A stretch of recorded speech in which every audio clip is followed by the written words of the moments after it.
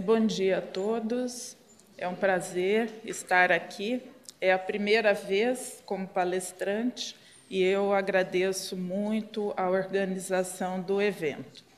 O tema que nós propusemos é um tanto dentro dessa abordagem da saúde integral, ele é um tanto audacioso.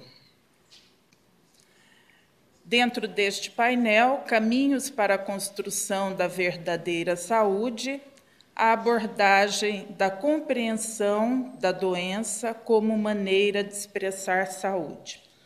Nós vamos trazer aqui alguns pontos para reflexão. Não esperem que vá haver, assim, a resposta. São mais indagações, colocações, para podermos aqui refletir em conjunto.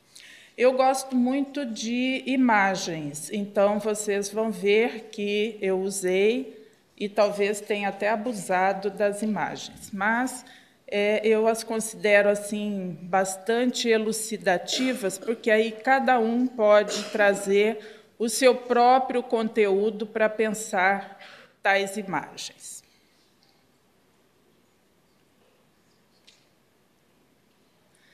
É interessante que sempre que, pelo menos quando eu faço uma prece, eu sempre, em algum momento, digo, solicito o auxílio da espiritualidade para que eu possa trilhar o bom caminho.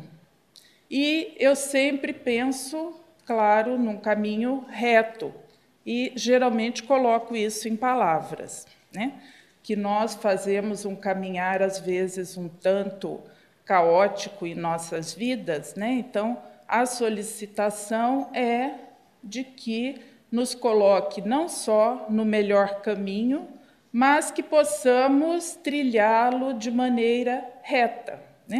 Então, eu vou trabalhar um pouco com essa imagem para podermos discorrer sobre o tema. Então, podemos pensar a vida como um caminho. Por que da estrada de ferro? Um caminho que se quer reto, mas que não raro colocamos curvas com aí as nossas ações não muito felizes, as nossas escolhas não muito acertadas.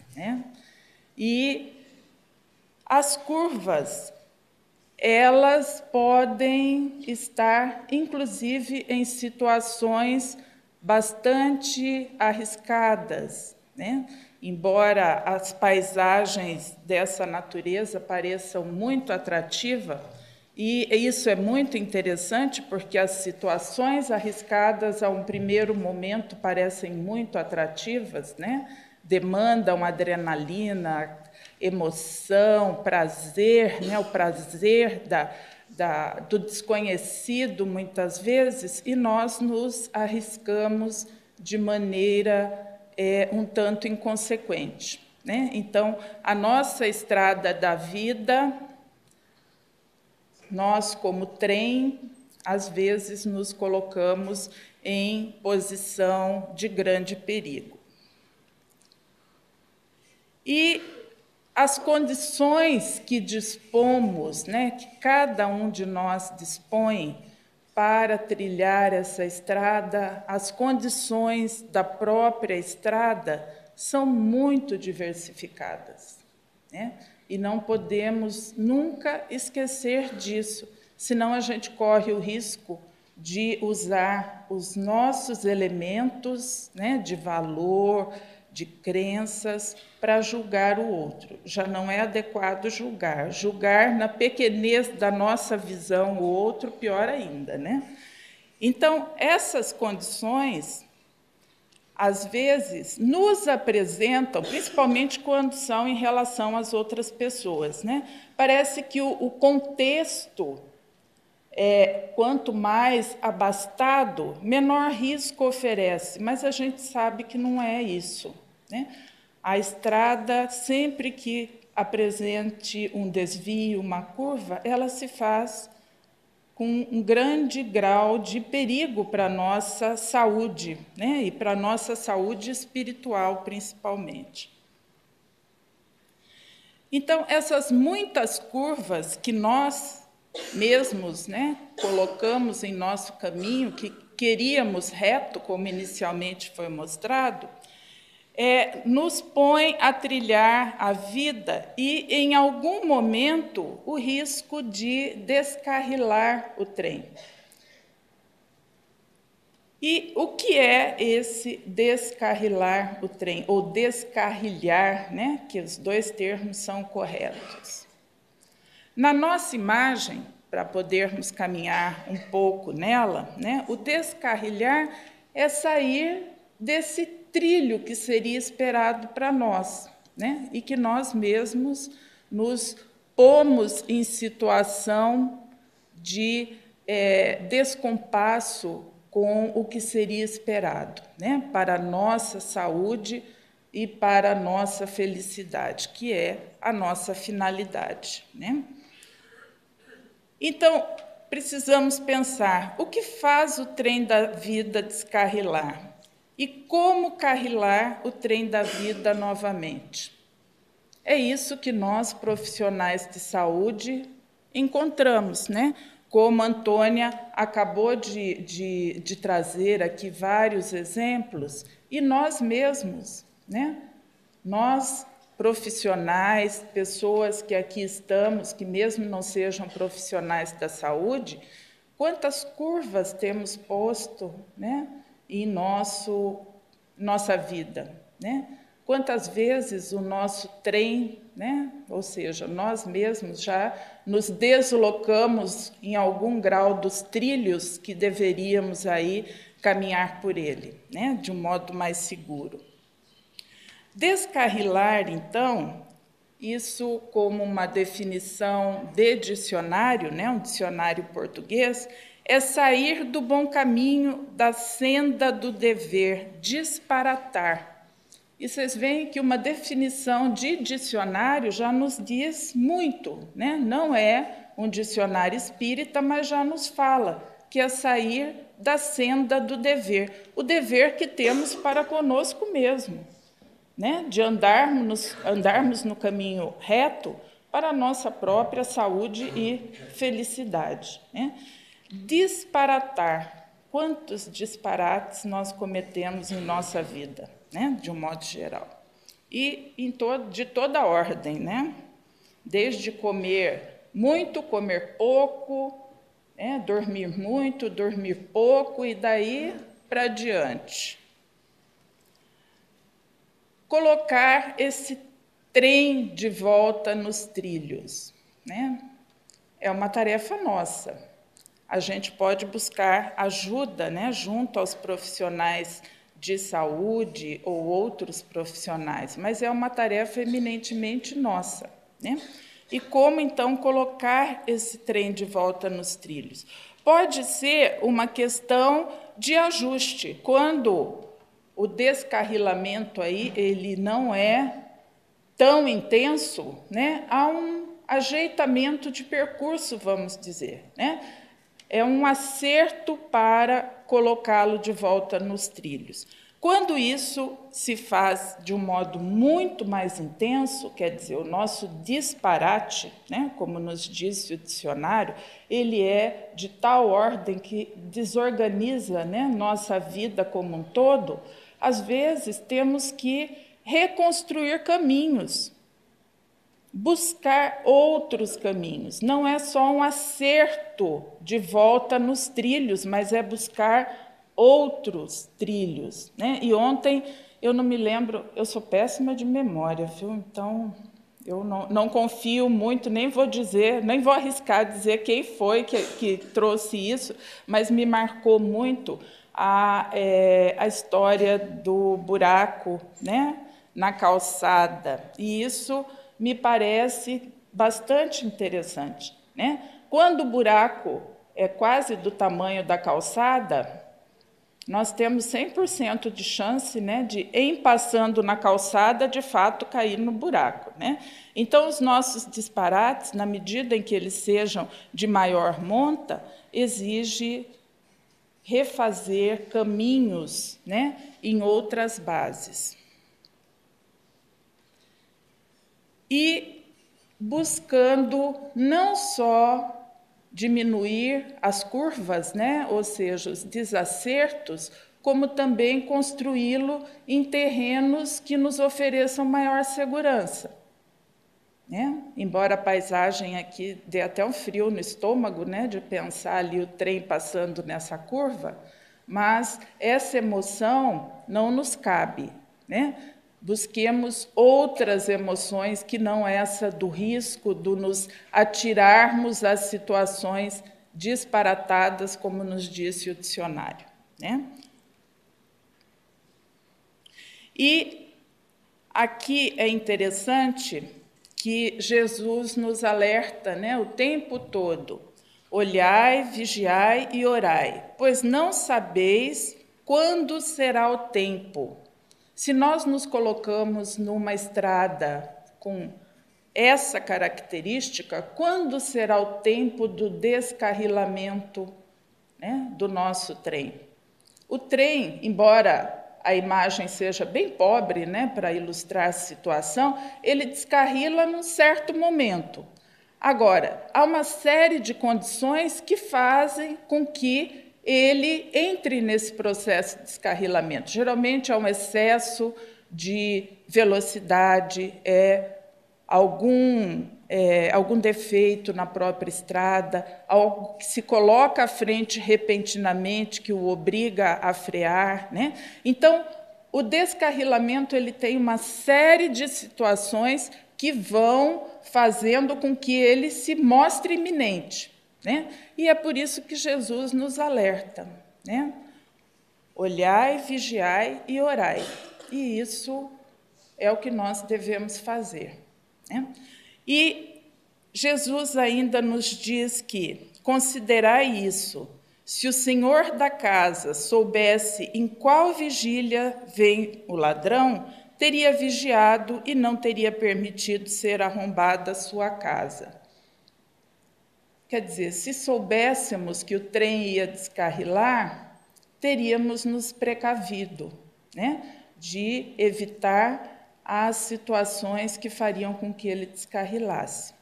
Mas nós começamos a ter clareza disso, né? E somos esclarecidos disso, e é para isso que estamos aqui, né? Para nos autoconhecermos. Nós começamos a vislumbrar essas razões que fazem o nosso trem da vida descarrilar. E isso nos faz ainda mais responsáveis pela condução segura de nossas vidas, né? Nossas vidas de um modo geral. Eu estou aqui colocando na primeira pessoa do plural, né, porque esse é um vício. Eu trabalho com abordagem compreensiva em pesquisa e a gente nunca diz fora, né, daquilo que você está dizendo. Nós somos parte implicada, né? Então, quando eu digo nós, eu estou dizendo nós, seres humanos, de um modo geral, né? E nós, profissionais da saúde, e quem aqui, de algum modo, lida, né, com a saúde das pessoas, nós não somos diferentes, né? E, por sermos espíritas também, não temos o condão de nos colocarmos naquele trilho reto, a princípio. Temos a responsabilidade, porque o conhecimento vai nos abrindo a compreensão disso, né? Então, é nessa situação que vem o nós aí, né? Nós de um modo geral. O processo de adoecer, ele é extremamente subjetivo, como a Antônia também já nos trouxe aqui nas situações bem práticas, né, que ela apresenta. Muitas pessoas pedem ajuda adoecendo. As pessoas hoje andam muito solitárias, nós somos muito solitárias, né? Embora pertençamos aí a inúmeras redes, né? Estejamos sempre conectados, mas somos bastante solitários. Então, a doença, muitas vezes, é um modo de pedir socorro, né? De se perceber necessitando de ajuda também, né? Outras ainda não querem sarar, pois a doença traz um ganho secundário, que é a atenção das pessoas. Muitas pessoas nos falam isso, que a família se reuniu quando ela adoeceu, e isso fez com que ela se sentisse novamente acolhida naquele seio familiar, né? E isso nos faz pensar que esse ganho secundário precisa também ser trabalhado com essa pessoa, que ela, nesse momento, né, que está buscando o seu restabelecimento, possa trabalhar esse ganho secundário que a doença trouxe de um outro modo mais positivo. A partir dessa reunião com a família, tirar dali outros elementos que possam substituir a sua necessidade do adoecimento como modo de manter a união da família. Eu encontrei um poema muito interessante, né, e que, por coincidência, fazia eco às imagens que eu trouxe, né, do trem. Um poema se chama O Trilho e o Trem. E é um modo bastante pungente, né, de dizer desse descarrilamento. Eu não vou ler, porque cada vez que eu leio eu choro, então, para não ficar muito desagradável, eu vou deixar e aí cada um lê.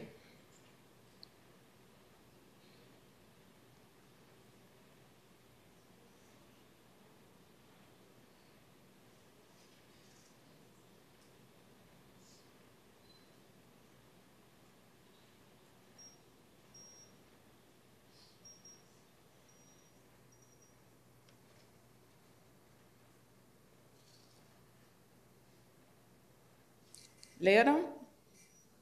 Depois a gente volta a ele, né?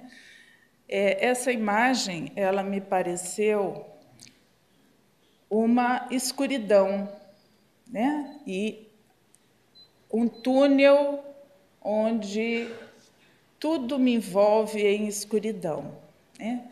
E nós precisamos encontrar a luz ao final do túnel, né? A pessoa, quando está adoecida, seja fisicamente, seja mentalmente, e as duas coisas são muito próximas, né? E aí, espiritualmente também, ela precisa enxergar luz ao final do túnel para poder se reerguer, se restabelecer, colocar de volta o seu trem nos trilhos, né? E aqui, túnel, não aquele túnel que foi trazido, né, da EQM, mas também nessa situação, né, tanto que é bem emblemática a figura aí de um túnel, quer dizer, você envolto nessa escuridão, mas podendo ver algo além dela como possibilidade, né, de remissão dessa situação que você vive. Então, é preciso que possamos nos enxergar no fim desse túnel, né? E essa imagem, embora ela traga a luz para o túnel, né, ela mostra uma imagem com uma certa devastação, né, que geralmente é a situação quando nós enxergamos a situação em que estamos. E aí vem o segundo motivo de desalento, né? Se antes era angústia pela escuridão, agora é a angústia pela luz que nos revela todo um trabalho a ser feito. Mas é nessa situação que nós precisamos nos descobrir. E nos descobrir em nossas dificuldades e em nossas potencialidades. É diante dessa situação que nos revelamos como seres divinos que somos. E como seres divinos cheios de potencialidade, com algumas dificuldades a serem corrigidas. E com quem podemos contar nesse momento, né? A Antônia disse que muitas vezes é com o médico, é a pessoa em quem eu deposito, né, estando doente, aí já adoecida do físico, eu deposito as minhas esperanças, né, ou algum outro profissional da saúde, que é alguém que aparentemente vai me ouvir, né, vai poder me oferecer alguma luz para esse túnel. E é sempre mais alentador quando nós temos alguém com quem compartilhar esse momento, né? E não necessariamente tenha que ser alguém da família, alguém, né, da equipe de saúde, mas alguém disposto a estar presente, a amparar. E a doença, então, ela pode ser esse parceiro estratégico para o nosso autoconhecimento e para o acerto de rumo que precisamos empreender em nossas vidas, né? Colocarmos o nosso trilho, o nosso trem de volta nos trilhos e, além disso, construirmos paulatinamente um caminhar mais reto, né? Então, é preciso que nos coloquemos no trilho certo. E o certo aqui não é um julgamento de valor, é aquele que nos traz felicidade. E a felicidade verdadeira, não a felicidade apenas do prazer momentâneo. E esse é um esforço que nós temos que empreender. Ninguém pode fazer por nós. Podemos ter a companhia, o amparo, né, a ajuda, mas somos nós que vamos ter que refazer esse caminhar, né? E aqui a figura é bem isso, né? Arregaçar as calças, pegar nossa matula, porque o caminho vai ser longo, né? Então, o nosso provimento de alimento espiritual para podermos empreender essa caminhada. Com certeza, ela nos oferecerá bastante dificuldade, mas a gente não pode fechar os olhos às muitas possibilidades, né? Pequenas flores que vamos recolhendo no caminho, né? São os aprendizados que vamos angariando dessa situação. E, como disse Jesus, precisamos ter olhos de ver. E esses olhos de ver implica em reconhecermos o que há de belo nesse caminhar. Às vezes é difícil essa caminhada, o trilho exige muito de nós, né? O nosso trem não está em condições muito adequadas fisicamente, mentalmente, espiritualmente, mas à medida que vamos recolhendo, né, essas pequenas flores do caminho, com certeza vão nos servindo de alimento, né, de ânimo para a caminhada. Quem aqui é aluno da área da saúde, com certeza conhece Canguilhem, né? O normal e o patológico, na década de 80, trouxe um outro modo de pensar saúde e doença. Eu não sei se ele era espírita, mas era médico e filósofo. Então, a abordagem dele é uma abordagem intrinsecamente espiritualista, né? E quando ele nos diz que estar sadio é a capacidade de, diante das adversidades da vida, produzir novas normatividades, novos modos de viver, que sejam reinstauradoras de normas, fazendo escolhas e produzindo nosso modo de viver. Eu acho muito interessante isso, né? E nós trabalhamos no grupo de pesquisa do qual eu faço parte com pessoas em situação crônica, ou seja, aquelas que têm uma doença crônica de longo curso, né? Às vezes o curso todo da vida, e isso gera uma situação que precisa ser gerida, gerenciada, não só pela própria pessoa, mas pela família. E há necessidade de buscar outros modos de viver, que não aquele que a pessoa estava acostumada antes de adoecer. E a família também, cada membro busca um outro modo de viver.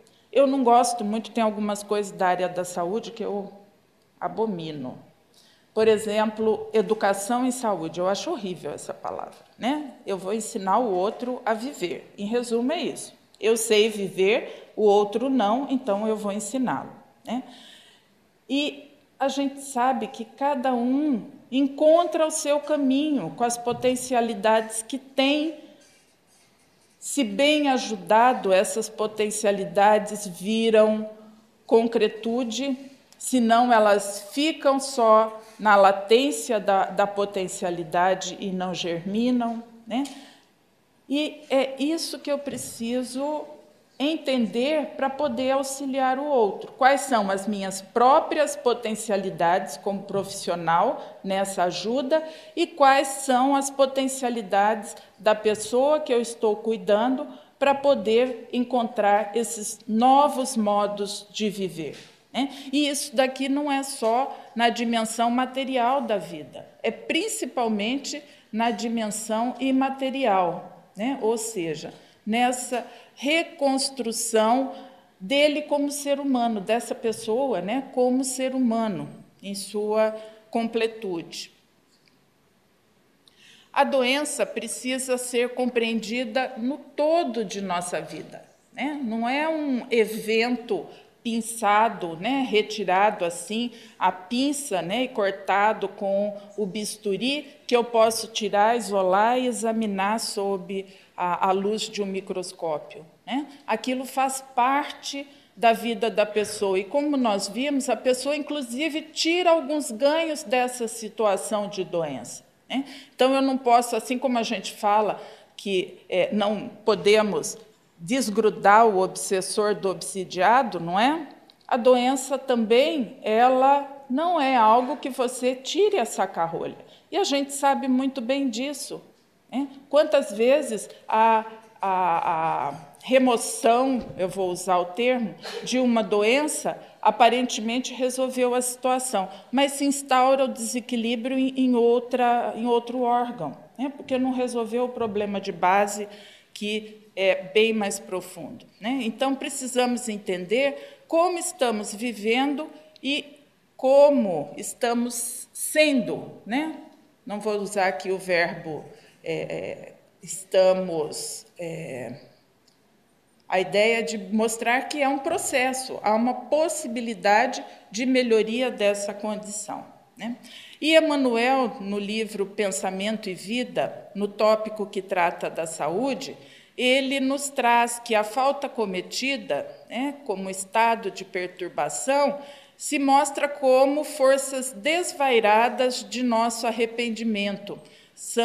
E isso se junta às ondas de pesar e acusação da vítima, que geralmente não só nos ferimos, mas ferimos outros, nesses disparates que cometemos, instaurando desarmonias de vasta proporção nos centros da alma, que é o que de fato nos faz adoecer. A reflexão disso no corpo físico já é bem tardia. E, nesse mesmo livro, no item enfermidade, ele nos alerta que ninguém pode dizer que toda enfermidade, a rigor, esteja vinculada aos processos de elaboração da vida mental, mas todos podemos garantir que os processos de elaboração da vida mental guardam positiva influenciação sobre todas as doenças. Então, o nosso modo de pensar, o nosso modo de agir, claro que influenciam sobremaneira a nossa saúde física, inclusive. A doença, então, ela pode proporcionar uma consciência maior de si, o conhecer-se, o autoconhecer-se. A mudança na visão da própria independência, pessoas que têm a ideia de que ela sozinha no mundo se basta, né? E a doença mostra que não é bem assim, aliás, nunca é assim, né? Nós somos uma teia de relações. O sentido de propósito da vida, o reajustar esse propósito é importante, que geralmente ele estava bastante desviado do propósito verdadeiro. A consciência maior da nossa própria vulnerabilidade. Nos percebemos como seres vulneráveis, por isso do olhai, né, vigiai e orai. Constante, não é porque somos fortes, é exatamente porque somos vulneráveis. Redimensionamento de relacionamentos antes significativos. A gente, então, passa a conhecer com quem, de fato, podemos contar. Quem são as pessoas que são significativas em nossa vida, de fato, né? Valoramos, a partir daí, as relações. Maior apreciação e proximidade com outros e com o mundo. Nós nos ressituamos junto a nós mesmos e aos outros. E lembrando, né, que estamos aqui num encontro, né, de profissionais da saúde, de profissionais em formação, isso nos dá uma outra responsabilidade ainda maior, né, de pensarmos como nós, profissionais, podemos amparar as pessoas nesse processo. E amparar aqui tem a ideia de ajudar a ficar de pé o que está para cair, proteger, resguardar, apoiar. Então, é uma palavra bem rica de sentido.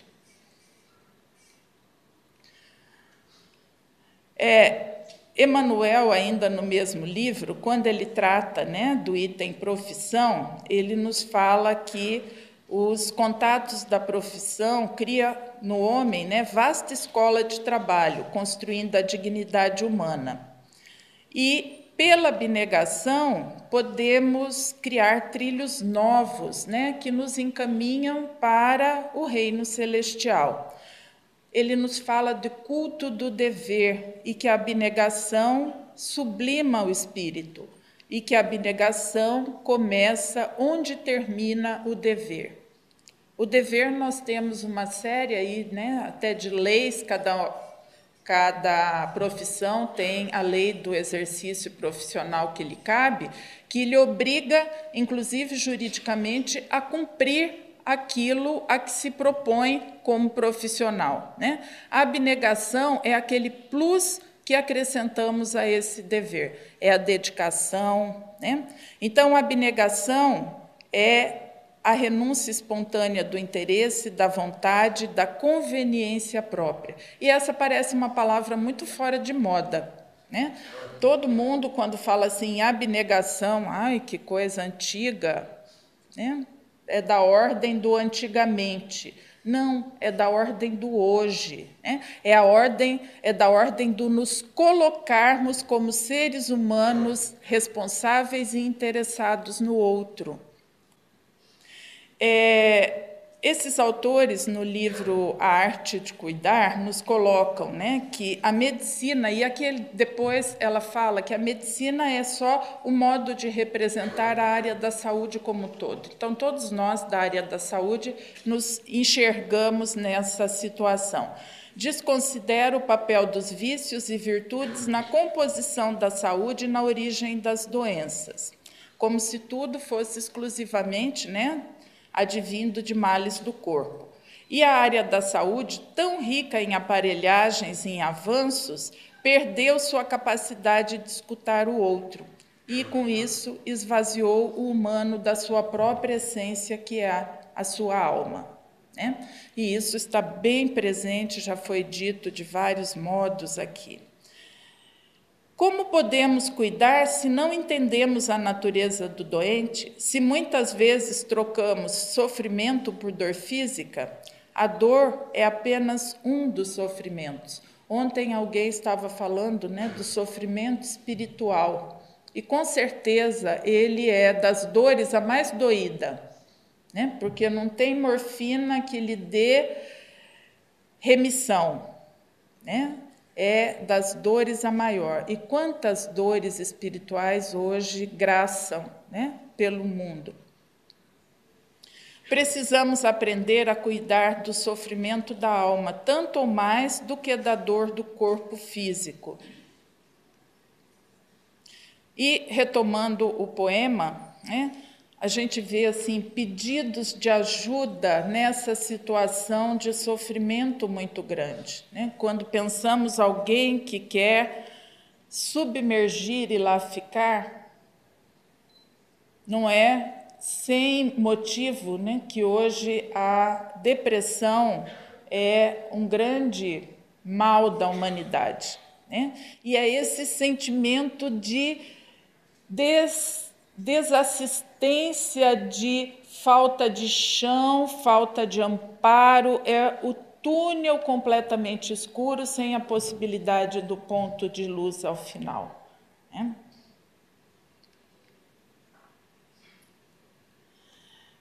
Essas palavras são bem interessantes, né? Cura, cuidado, amparo.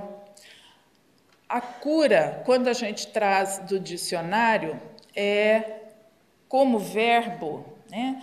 Ele tem um sentido sempre reflexivo, é se curar.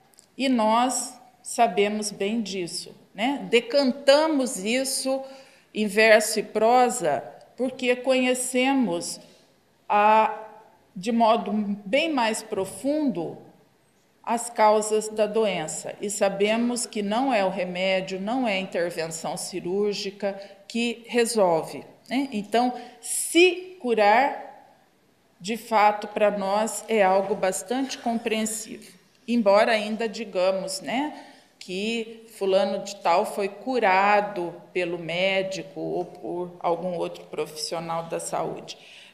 Melhor seria se disséssemos que podemos promover algum grau de remissão desse sofrimento, né? Podendo diminuí-lo de algum modo, promovendo alívio, consolo.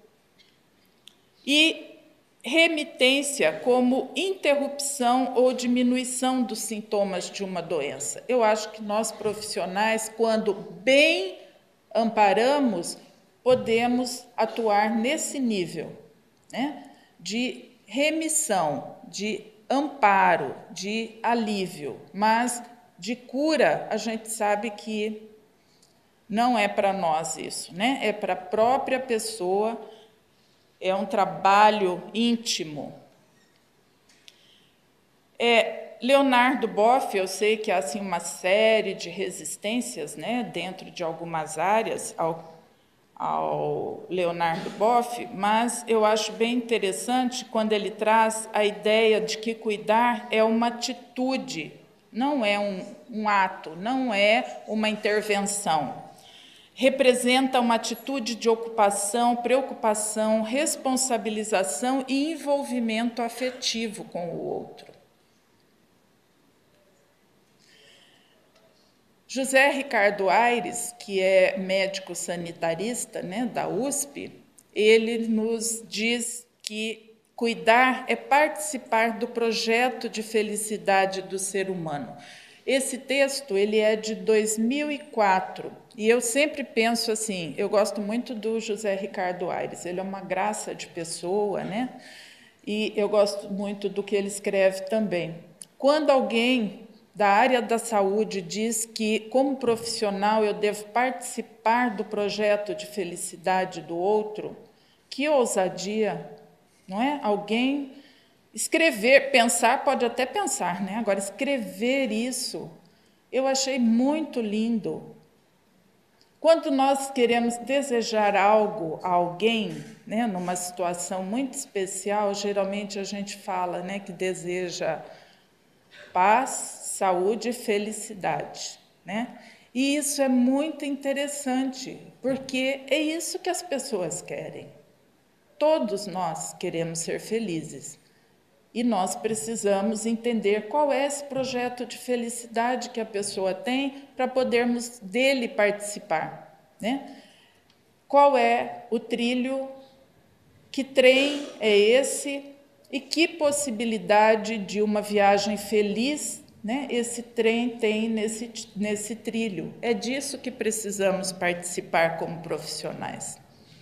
Ele ainda nos fala, né, que precisamos considerar que o modo como aplicamos e construímos o conhecimento científico determina limites para o que podemos enxergar como necessidades e, a partir daí, a produção do cuidado. É claro, nós produzimos o mundo a partir daquilo que entendemos dele. E se na área da saúde entendemos que doença é algo que começa e termina no corpo físico, tudo que engendramos de possibilidades, né, de práticas, é dessa dimensão, não saímos dela. O nosso mundo tem esse foco. Então, é preciso entendermos que o que formos construir de conhecimento, o modo como estaremos formando outros profissionais, tem a medida exata daquilo que conseguimos enxergar, né? O profissional deve se integrar ao cuidado produzido pelas pessoas e famílias, amparando naquilo que lhe é próprio. Nós temos que ter a humildade, né, como a Antônia colocou bastante, quem cuida é a família. Nós podemos participar, e a ideia aí de podemos é se estivermos numa posição de ajuda, de amparo. Então, é essa humildade que temos que ter. Aires ainda nos coloca, né, que é importante para o bem-estar das pessoas, que o importante para o bem-estar das pessoas pode não ser imediatamente traduzido e operado como conhecimento técnico. Nossa presença na frente do outro extrapola em muito a aplicação de conhecimentos técnicos. E aqui, em 1990, uma dissertação de mestrado de uma enfermeira lá de Santa Catarina, ela nos fala, né, do cuidar cuidado como uma atitude de abertura para o outro. E é bem interessante, eu gosto muito dessa dissertação, não vou ler, é só para mostrar para vocês. Ela trabalhou com verbos que mostrem, o verbo é sempre uma prontidão para, não é? É o verbo que me fala da ação. Tanto que a criança aprende a falar a partir dos verbos, não é? E esse estudo nos mostra, né, essa atitude de cuidado, ela abarca uma enormidade de atitudes que o profissional pode tomar para, de fato, cuidar. Vocês veem que executar ações técnico-científicas, eu coloquei ali em letra maiúscula, para mostrar que é um item permeado de outras possibilidades. E não termina aí, né? Eu botei em vermelho aquilo que eu queria salientar, né?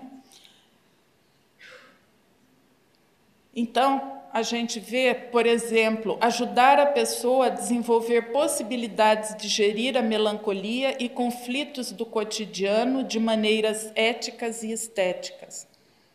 Isso é cuidar. Não é nenhum procedimento técnico, mas é cuidar.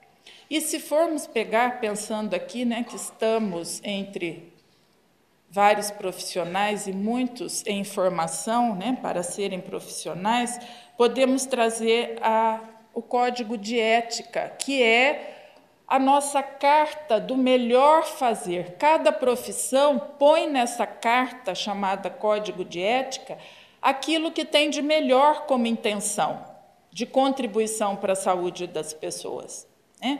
E todas que eu peguei da área da saúde, eu trouxe 3 exemplos aqui, fala desse estar disponível para o cuidar, né? O Código de Ética Médica nos fala de estar a serviço do ser humano, nos fala que a saúde do ser humano, né, ela precisa do máximo de zelo e o profissional tem que contribuir com isso com o melhor que ele possa. O Código de Enfermagem diz que é uma profissão comprometida com a saúde e a qualidade de vida, que respeita a vida e a dignidade e os direitos humanos em todas as suas dimensões. Então, reconhece o humano não só na sua dimensão física. O Código de Ética do Profissional Psicólogo também fala da integridade do ser humano e que promover a saúde e a qualidade de vida é a sua contribuição como profissional, né? E é bem interessante porque quando pensamos que nós individualmente, geralmente, abarcamos assim uma responsabilidade que parece nos oprimir, né? Nossa, mas euzinha aqui, né? Tão insignificante, mas cada um de nós é vinculado a uma instituição e aí a gente ganha um conjunto, né? Um coletivo de possibilidades. E é esse coletivo também que precisa mudar suas diretrizes ao pensar a formação do profissional de saúde, né?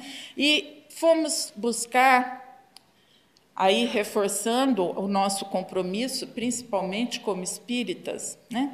E fomos buscar em Leon Denis, no seu livro Problema do Ser, do Destino e da Dor, logo na introdução. Então, vocês vejam, a gente põe na introdução a parte mais importante, né? Que é o cartão de visita de qualquer obra. E é lá que ele coloca esse alerta para nós, né? Que o ensinamento ministrado pelas instituições humanas em geral, e aí ele ressalta religiões, escolas, universidades, não nos ensinam quase nada do que mais temos necessidade de conhecer: a direção da existência terrestre e a preparação para o além.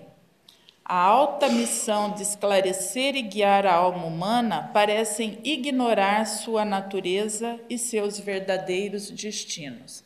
E todo mundo que conhece Leon Denis sabe, né, que os escritos dele são do final do século XIX, início do século XXI. E a gente lê isso, parece que ele escreveu para o congresso, para o encontro, não é? Tal ainda, né, a nossa permanência nisso. E ele, quando coloca, ele fala que quando você, lá na sua velhice, revê todo o seu caminho, você percebe isso. Quer dizer, era algo que ele percebeu ao longo da vida, deixou registrado na velhice e para nós está atualíssimo. Mais de 100 anos depois, né? Então, as nossas instituições estão extremamente defasadas para nos acolher em nossas necessidades mais profundas, né?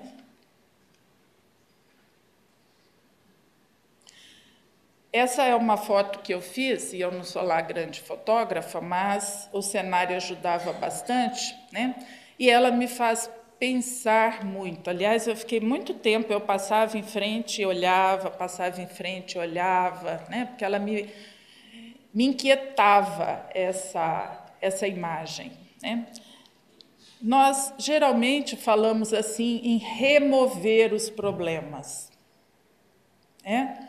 Tirar o obsessor, né? Extrair a doença. Nós sempre temos essa ideia de que a gente quer retirar algo que nos incomoda, né? E a natureza nos mostra que isso nos compõe.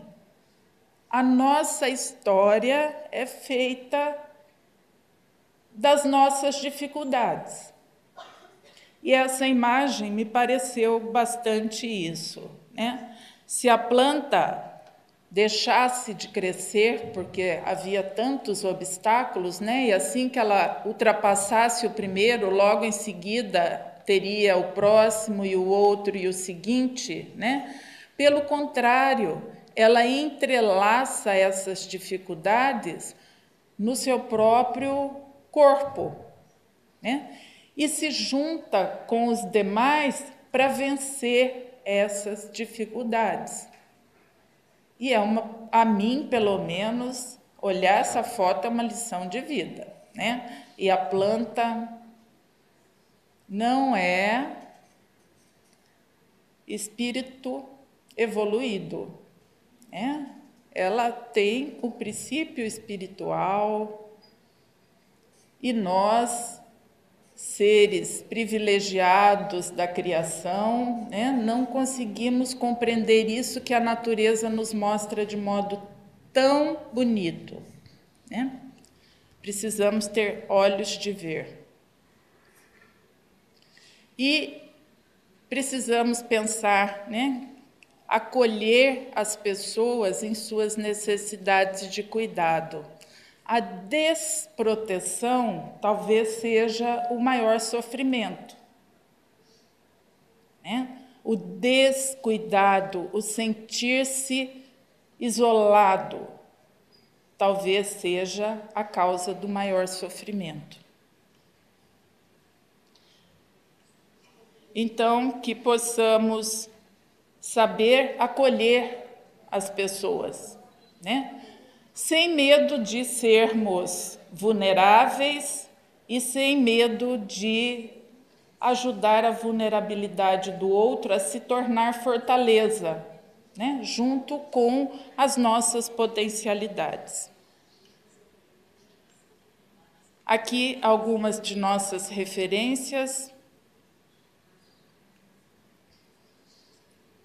Esse de cunho mais científico, produzido em forma de artigo, e o meu e-mail. Muito obrigada e muita paz a todos nós.